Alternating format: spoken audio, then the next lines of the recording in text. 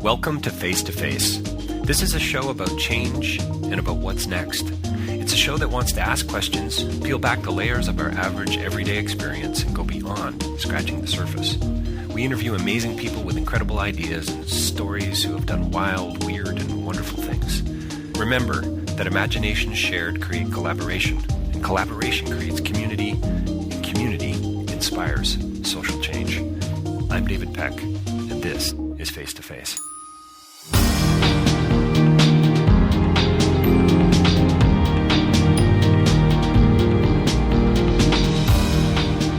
So my interview today was an absolute delight. It was with Susan Delacourt, and we talked a great deal about her new book called Shopping for Votes. The subtitle of the book is How Politicians Choose Us and We Choose Them. She's a political columnist with the Toronto Star and iPolitics. She's been working on these issues and as a journalist since the 80s. We talk a lot about the media. We talked a lot about Stephen Harper and Prime Minister Trudeau. We talked about one of the lines was how Harper was talking about dollars, but Trudeau was talking about change. That was a quote from Susan. I think we even get a Annie Hall reference into this interview, which is a lot of fun. But there's something really hopeful and wonderful about Susan's book, but about her as well, and about her approach. And so I think you're going to really enjoy this interview for a variety of reasons. If you care about where we're heading as a country, if you care about politics, and also there's a couple of great stories that Susan has to tell, and about how they had an influence on her writing and on this book. And so stay tuned for more with Susan Delacourt. Check out davidpecklive.com for more podcasts if you'd like to hire me as a speaker, or check out also my book, Real Change is Incremental. You can get it there. Susan Delacourt. Well, welcome to Face, and we're joined today by another very special guest, a journalist, an author who has written a book called Shopping for Votes, subtitled How Politicians Choose Us and We Choose Them. Susan Delacourt is our guest today. Susan, thanks so much for joining us today. Thanks for having me. And from what I understand, you're still writing with the Toronto Star and iPolitics. You're a political columnist, author. You've written several books, award winner too. Award finalist, yes. Well, yeah. The book made the finals for the Hillary Weston Award, and yes, I've received a couple of sort of career-long ones. Nice. And probably well-deserved would be my guess. I couldn't possibly say that. Right. But we'll see if we can find somebody who will. Okay. Here's what Peter Mansford says about your new book, Shopping for Votes. Quote, "This may well be one of the most important and revealing books about Canadian politics written in some time. Delacourt does what Delacourt does best, breaks down the mystery and leaves you saying, now I get it. If you've ever wondered why political parties do what they do when they shop for your vote, the answers are on every page," close quote. What a delightful quote. So how much did you have to pay for that? I'm going to be Peter back for that for a long time. That's right. That's right. There's going to be dinner parties galore coming. That's right. Yeah. I promise I gave him no money for that. Yes. It reads like an ad. Maybe a $50 chapters card is about Maybe all. that would be nice. Yeah, something like that. So, well, I've almost finished the book, and I have to say congratulations, and what a delight to read. It reads like a journalistic piece, but it's academic, it's important, it's got so much detail, but also reads really well in a fun and a friendly sense as well. So yeah, a terrific read.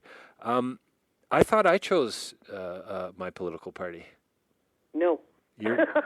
Well, yes, you do to an extent. Yeah. But I think the great irony of politics right now, or at least for the last few decades, is the less interested we've become, or citizens have become, in politics, the more interested they've become in us. They've had to work a lot harder. Gone are the days when a politician could casually wander up to a voter's doorstep and get to know the person inside. People don't answer their doors. They don't answer their phones. The polls are usually wrong. So what the politicians have said, as you know, as you've read, is that the people who are very good at knowing who their consumers are is the marketing world. So they've been borrowing tips and techniques from marketing for, over half a century. As the consumer world grew and marketers got to know their buyers better, the political people started borrowing the tips and techniques. Like, I mean, on one level, it makes perfect sense, Mm-hmm. right? Why wouldn't they do that, right? Yep. I mean, it's a new medium, it's a new way of communicating, it's a new way of connecting with your constituents, et cetera, et cetera. But all of that sounds very sort of anti-relational in a sense. But if people aren't opening their doors, they've got to do something. But there's a sense in which, I mean, I don't want to go too cynical, but you sort of read the book and say, wow, really? This is how they're approaching us? Like, it's almost as if there's a dumbing down going on that, frankly, I find kind of alarming. Well, that's what made me write the book. Yeah. Because I've worked in Ottawa for a long time, and I was noticing that And is that what you got the medal for? Is that what you got the award for? Yeah, it's just hanging in there. That's right. But the, when I think I wrote this in the preface, but when I first came to Ottawa, I used to use metaphors to try to explain the relevance to people, and so sometimes Ottawa felt like a courtroom, Right. Sometimes Ottawa felt a bit like a university lecture hall, especially during the Constitution. My degree is in politics, so I regarded it as sort of an internship or a working education in what I'd learned in school. But I found the longer I was here, the less those metaphors were working. And it became clear to me that the language of the malls and the advertising world were more useful to people in trying to understand what people were doing. And I think there's a real attempt to appeal to voters just through their wallets, that the only way that things were relevant to people was if it hit them in their pocketbook, which is, those pocketbook issues. People don't say pocketbook in real life. Right. Pocketbook politics. So it occurred to me that it felt cynical. It felt a little transactional. Yeah, for sure. Yeah. And I'm not sure sort of allows people to be their best selves. The phrase I kept using was, we keep talking about value for the dollar, but we didn't talk about values or values of the heart and the mind. Well, I've often wondered if governments are driven, by the bottom line. Certainly not necessarily by human rights or by, relational principles. Right? It's about the budget. It's about the line item, and so on. And because I'm a social change guy, and because I want to think I can change the world, and so my students can as well. You want to be able to say things with a certain degree of hope. But if your government is just all about the bottom line, we're in deep trouble, aren't we? Well, it's not just the government, though. Right. The government just doesn't charge off in some direction willy-nilly. They're often doing this because they sense a demand. And I think the media, my own profession, has played a bit of a role in this. The problem is that values, plural, are very hard to quantify, and the media loves to quantify things. It loves to measure things. It loves to say that, this is 10% more or 10% less. Right. And so I think that we certainly have enabled a dialogue in which politics is only about things that you can measure with numbers and preferably with dollar figures. So there also, political parties need to raise money. Yeah. More so and more so now. And the successful parties, thanks to fundraising reforms, are the ones who raise little tiny bits of money. Like the tiny donations, widespread donations. So in the sense that they operate as fundraising machines, too, of course they have lots to talk about with the marketing world.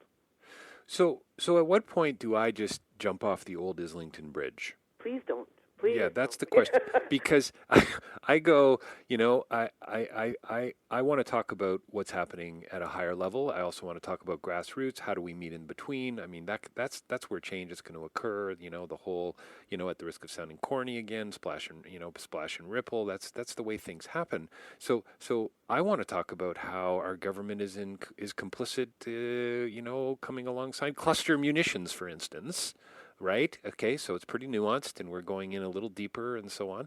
And yet, what you're kind of saying to me in shopping for votes is that actually you don't really, David. All you really want to talk about is how much money the government's going to save you because of childcare or health care or wait times. It's all got to be quantifiable.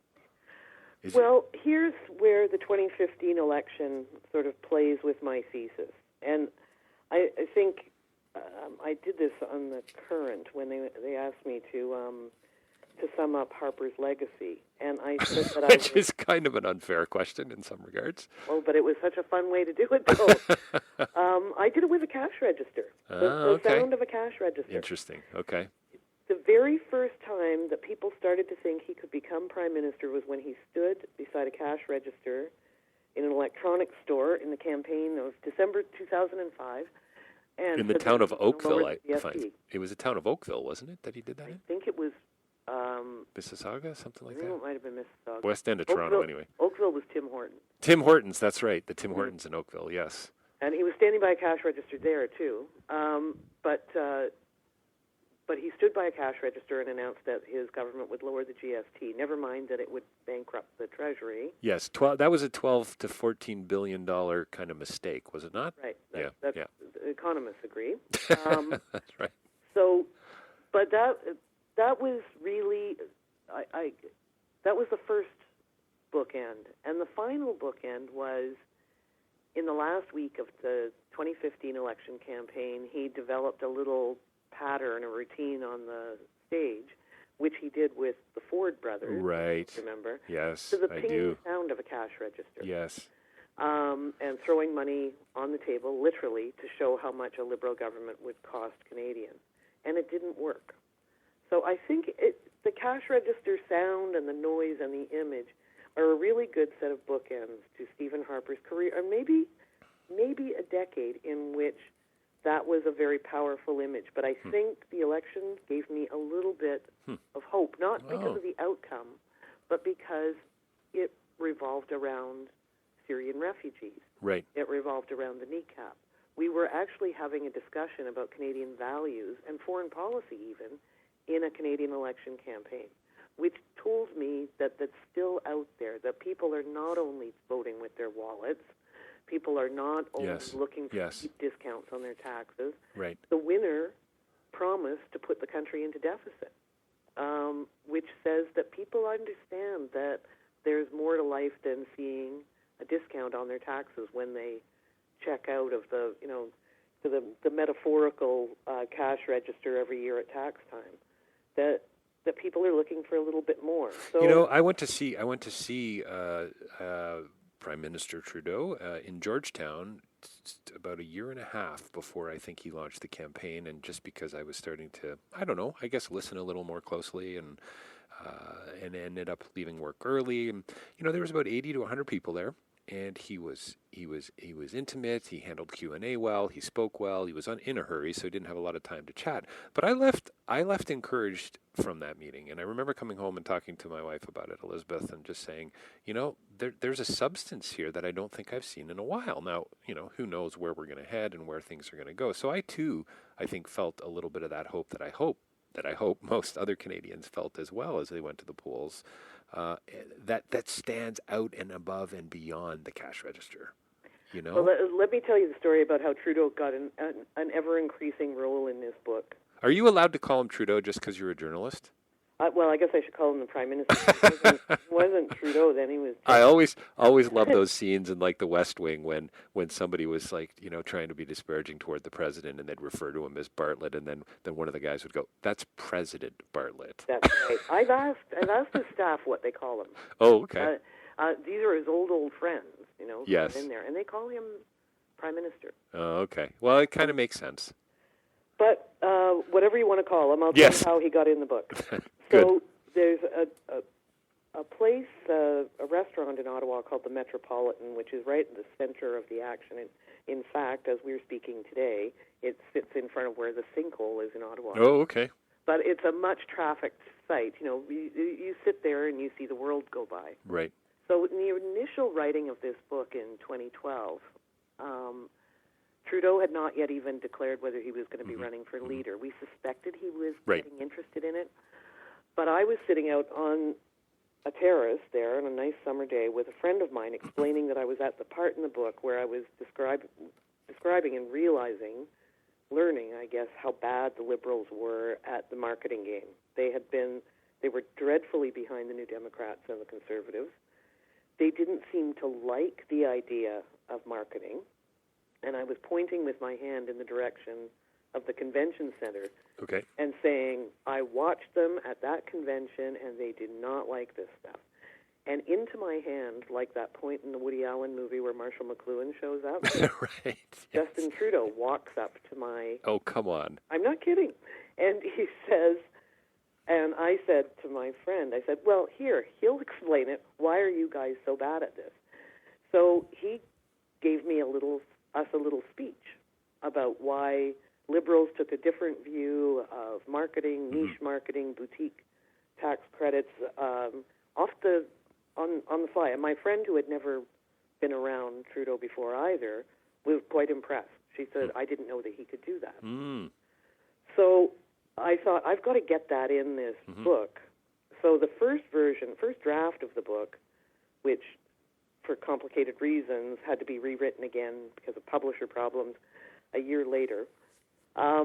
Anyway, I'm getting ahead of myself. So that version, that little speech by Trudeau got into the first version of the book. My book went into bankruptcy protection, my publisher did, for about 6 months. And in the meantime, I traveled with Trudeau writing an e-book for the Toronto Star. Oh, neat. Okay. So I spent a couple of months getting to know him and seeing him out on the road. And then, so the next version of the book had even more of him in it. And he takes quite an interest in this subject. He's interested in advertising. So he got a bigger part. And, of course, the next time I went to rewrite it for the paperback edition, the one we're talking about now, he had to have the last 2 chapters because his views have evolved a bit on that. I think they have really embraced some of the tools that their rivals used in data marketing and data collection. But their conviction is, and they would say this, of course, but I think they say it with some justification, is that they're using the tools for different reasons. That they actually do believe that you can use modern marketing tools to have a conversation about values in Canada and about what binds us together as a community. Well, and I think, if you want to extend the analogy or the metaphor, you can use a screwdriver as a chisel. You can use it as a pry bar. That's right. I think it does come down to the questions that you take into it and some of the assumptions you make and so on. It's really interesting. I find your book sort of this mix of sort of not cynicism's the wrong word. It's just a kind of a dose of reality. I love the quote by Gerald Butts at the beginning. At the beginning of the book in the introduction, the idea of being a consumer, quote, has become such a fundamental way of being that it's absorbed into who we are. But says you can lament it, you can applaud it, or you can celebrate it, or you can hate it. It is what it is. Never been a big fan of the phrase "it is what it is" because to me either. It's a great way of saying nothing, right? Yeah. It's just that's you might as well not fight it, folks. But let's absolve ourselves of any kind of moral sense of responsibility here. But the fact that I think anyone at that level is so willing to say I'm a consumer, therefore, don't you find that a bit troubling? I sure do. Yeah, no, I figured you'd say so. Yeah, it bothers the heck out of me. Nice Marshall McLuhan reference too, but I think you'd probably agree. Yeah, I'm still not sure I agree with Butts that he believes that the last election was fundamentally about pocketbook issues. I don't. I don't think it was. I don't think that was on everybody's mind. I think change was on people's mind. Right. To complete the cash register analogy I've used before, Harper was talking about dollars and Trudeau was talking about change. Right. Nice. So, but I they're the ones looking at the data every day. They seem to know what or seem to think they know what was on people's minds, and maybe this is cynicism, maybe this is experience, I don't know, but the political pros seem to think that what moves votes is what people's concerns closest to home. Right. And that's why Trudeau went into a radio studio and taped 40 ads in one day. Wow. All with little local concerns put in them. Some of those concerns aren't little themselves, but particular local concerns. They were gathering up data to find out what was making people angry, what would make them vote, and then this all was plotted on a huge chart, and then ads designed for those particular communities concerned. So Susan, do you believe, like, alongside of Harper and Reagan, that the pictures were all that the viewers remembered, to quote Reagan in your book? Reagan had a huge impact on Stephen Harper, apparently, and how he approached this. It's interesting. Ronald Reagan had an impact on Trudeau, too. He's some of their advertising, they were deliberately trying to channel the Morning in America feeling that Ronald Reagan brought. No, I don't think I could be a journalist if I believed that was. Well, I mean, I guess already here's your follow-up question, and you haven't even answered the question. And please take it wherever you want to go with it. But is a picture really worth 1,000 words? I mean, I've never bought that personally. People do care about the pictures. Yeah, no, for sure. I think they do, and certainly they seem to like the pictures of Justin Trudeau. True. They are playing image politics far as well as Harper did. Sure. And Harper paid a lot of attention to it too. And these guys, the Liberals, are playing it just as well. And I don't, it's kind of a cheap answer, but I don't think they'd be doing it if it didn't work. Right. And the energy that all politicians devote to that image stuff is huge. That was a pretty neat, a pretty interesting advertising group. I spent a lot of time talking to Trudeau's advertising people to do this update, and they were taking some chances that were interesting. Although I love that the same people who did the Joe I Am Canadian ad in the early 2000s did all the ads for Trudeau this time too. You could actually see the similarities. You could hear the cadence. Yeah, no, it's true. My son and I were in our basement. TV was on. I can't remember what was happening, but it was a real quick kind of peripheral, almost catch of the screen. And there was Justin walking towards the screen, and Parliament in the background, a steady cam shot. Wonderful shot of him. And he said, Stephen Harper says I'm not ready for. I'll tell you what I'm ready for. And bam, bam, bam, and it was like 4 or 5 things in a row. My son, 10 years old, says, Dad, he didn't say anything negative. Mm-hmm. And I was blown away. Yeah. Right? That a 10-year-old would have been perspicuous enough to see that, to make a note about it, to actually comment on it. And then you go, wow.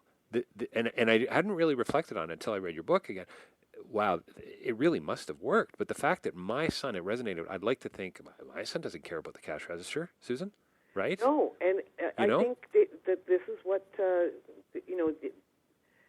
Trudeau had some true believers there in the advertising, who were very upset about Stephen Harper. Right. Those people at Ben Simon Byrne were, they shared, they weren't just being paid. They were in. They had got religion on this. Right. Drunk the Kool-Aid. Yeah, and as the book says, you're not supposed to repeat an allegation. It's the oldest rule, one of the oldest rules in politics. If, the Nixon, I am not a crook, all people will remember is, you don't repeat the allegation. And Trudeau had been told that and learned that as well. But I think, I love this, it was kids that actually persuaded him that the I'm not ready charge, or he's not ready, had penetrated to every level. Right. One of his friend's nannies said that when Trudeau's name was mentioned around their house, the kids were saying nice hair. So if the ad had got to kids, then there was only one way to do it, and it was to walk straight into it too. I thought it was it was one of those things you sort of know instinctively, but then the ad guys said that they did. It was very deliberate that they put Trudeau moving in every ad, as opposed to, they wanted to show him doing things that Tom Mulcair and Stephen Harper would not do. Right. Climbing Grouse Mountain, walking upstairs on an escalator. Not the shot behind a static desk with the lamp at night kind of approach. Right. And a friend of mine told me that the Mulcair ads looked like those insurance, those ads you get from, lawyers who will deal with your car crash. Right. Yeah, that's, there were no, again, the pattern was set really early. Sure. The day of the election. Actually, you could distill the first day of the election into how the election was going to turn out, because Harper and Mulcair stayed in Ottawa, put themselves against the backdrop of big, gray, immovable buildings, and talked about Ottawa things. And everybody said that Trudeau was an idiot for getting on a plane. He's just not ready. Right. Got on a plane, went halfway across the country, went all the way across the country to Vancouver, and a few hours later turns up, sunny skies behind him, a bunch of people, and the contrast between that kind of politics and it was there on day one, right? Day one. Didn't he humanize it to some degree, Susan? What's that? Didn't he humanize it to some degree? And he showed that that the election wasn't going to be won by who was the angriest person in Ottawa. I'm a real guy. I actually do want to shake your hand. I do care about the issues. The images might be saying this, but I've also, and this is kind of taking the tools, I think, and using them wisely and appropriately, but I'm also on the ground over here. This isn't in the book, but I saw him at the end of June last year when things were looking really, really bad. So this is about a year ago now, and everybody was saying that Tom Mulcair was going to be the next minister, and the Liberals polls were showing them that way too. It was bad last summer, and the Not Ready ads had worked, and I ran into him he actually gave a speech on Canada-U.S. relations at the Chateau Laurier, and I said, "Are you worried at all? Are you upset? Are you seeing these?" And he said, "No." He said, "You've been on the road out there with me. You see what's happening." And he knew, unlike his predecessor, Michael Ignatieff, who seemed to be caught flat-footed when Jack Layton said, "Why haven't you been in Ottawa?"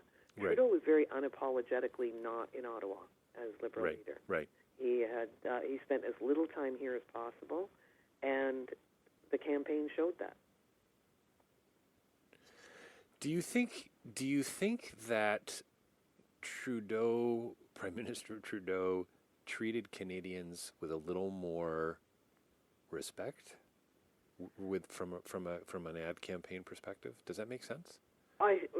Treated them more as opposed to just the Tim Hortons, like the Tim Horton Canadian. I think their advertising fundamentally spoke to a different thing. I think the NDP got close to that too. Right. Especially in the campaign before, Jack Layton definitely did. A lot of the Liberals' ideas came from both places too. They didn't just dream these up, and I think they did want to channel some of Jack Layton's spirit too. The guy you want to have a beer with, the guy who says Ottawa is broken, the guy who seems to have a smile on his face all the time. That was definitely, it helped that they had a guy who could do that. That Trudeau is, I think, fundamentally an optimistic person. He reminds a lot of people, for good and for ill, of his father. Right. Yep. So I think they had, if you want to use marketing language, they had a credible salesman. Right. But yeah, I think. Well, I don't just think. I know. I think they were convinced all the way through, and this was very much Trudeau, that you could speak to people optimistically. And don't we all want to believe that there is a leader out there that we can trust, who is going to be transparent, who is going to lead us in the right way? Well, not if you stay here in Ottawa. But you get the medal, though. Yeah. It's very important for us to get out of here every now and then. Right. I was really glad that in retrospect, that I got a chance to spend some time out on the road with Trudeau a couple of years before the election, because you did see something was going on out there that I don't think people here in Ottawa understood. The Conservatives were fond of saying that Trudeau was the media darling. Right. Unless there are different reporters in Ottawa than the ones I know, there wasn't a whole lot of... The Ottawa Press Gallery collectively is a pretty cynical pack. I bet. And I didn't detect a lot of affection for Trudeau. Interesting. Before the election, and still, you get the. I think he's got some grudging respect now. Right. But it certainly, when he landed here, I don't think he was taken seriously by the usual pundit and chattering classes. And I think you had to go out there on the road with him to see what was going on. The story, again, I'm not sure whether this is in the book, but I tell it often, is I was in Winnipeg on a Friday night in February, and it was 40 degrees below zero, and a friend there told me that she was going off to a Trudeau event at 10 o'clock at night on a Friday night. And it's a late one. She said, if you're doing this book, you should go and see it. And I said, who is going to show up on a Friday night at 10 o'clock in 40 below weather? Right. And we drove 20 minutes outside of the center of Winnipeg to a suburb there, and there were 400 people waiting to see him. Wow. And that was 2 years before the election. Wow. So something was going on. Something was going on. And it wasn't just marketing, and it wasn't just imagery, and it certainly wasn't the recommendations of the political class in Ottawa. So after all these years, the political writing, the journalism, the interviews, the traveling, I mean, are you currently hopeful? I mean, I think I can hear that tone in your voice. Yep, I am. Yeah. I am. Tell me more about that. I was, I think a lot of my hope was restored during the NECAB debate. Huh. For a while there, it felt like a very bleak time here. And I say this without partisan, with no partisan bent or anything like that. Although, as a journalist, I think, we had to object to a lot of things that were going on with the Conservatives when they were in. Sure. But I thought that was a really black time there. And if it had worked, if the dog whistle politics had worked during the election campaign, regardless of which party was promoting them, I would have been in a pretty bleak mood. Because of where this was potentially going to lead. Yeah. Yeah. The shutting down of conversation, the inherent racism, etc. Snitching on your neighbor. Right. That's the opposite of politics, right? That's a bit distressing. And the fact that it didn't work, and the fact that 3 million more people voted in this campaign than voted the last time tells me that all our work here is not in vain. Sometimes you think that nobody's listening. And I take it, media companies don't share their numbers or something like that, but the media company, the numbers or figures I heard during the campaign was that a lot of people were paying attention to the election. And I went to Toronto, which admittedly is not representative of all of Canada, but in the middle of August I went to Toronto and stood on a street corner with a candidate, NDP candidate actually. And I was surprised by how many people coming out of the subway knew that an election was on. And we're always shocked and grateful now that anybody knows what's going on. Yeah, that's true. But it seemed to count to people, right? This last election, and I think even now the Conservatives, you saw the jokes, I guess, from the press gallery dinner over the weekend. Yes, yes. Realized that something went a little off the rails in the last few years. Yes, and it's time to get it back. I don't think Stephen Harper was a bad man, as Rose said. Yes, right. But I think things got a little too cynical here. Do you think that if politicians treated, Canadians, I'm not going to, forget about Tim Hortons for a second, but just Canadians, period, a little more intelligently, with a little more, I don't know, just talked about, and I think Trudeau did this, but just talk to us a little bit more as fellow Canadians, respectfully, in a more transparent way, in a more truthful way. I mean, a lot of people said that he was wrong to apologize for the Elbowgate incident, which I think would be a lovely and interesting conversation to have with you at another time. But just that level of, I don't know, humanity, honesty. I mean, I think that's what most people want. And I think this election I do too. And if you'd asked me about 3 weeks ago, I would have been a little more worried about them, frankly, these guys, because they were starting to do a few of the things, and Trudeau has now since said it, that rushing things through the House, ignoring the opposition, and then, the elbow was just sort of the tip of the iceberg there. And I was one of the people saying on Twitter he better apologize, and he better make it a real apology, not one of those if anyone was offended ones. Right. And I think there seems to be some evidence that he or his advisors or all of them had a little chat with themselves and decided this isn't our best selves. Right. Let's do this again. My husband wrote a column about this in National Newswatch last weekend, and the response to that column has shown me that it got huge readership, and I think it was because people. He said that it was interesting and laudable that somebody was actually backing down from things, and I think Canadians understand that too. You know, I think something has happened here in the past few weeks that convinces me that these guys haven't forgotten that they were elected to be different. Right.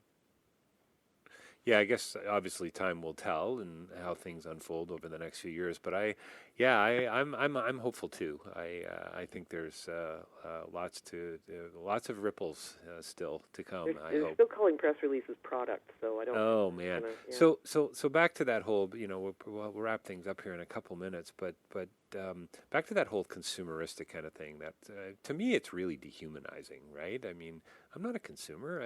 I'm a human being, for heaven's sakes. I've got feelings. I do access. But from a marketing perspective, I guess it makes a whole lot of sense. Well, I think if we can remember that we're sometimes consumers and sometimes we don't want. Sometimes we want to actually pay more for things. Right.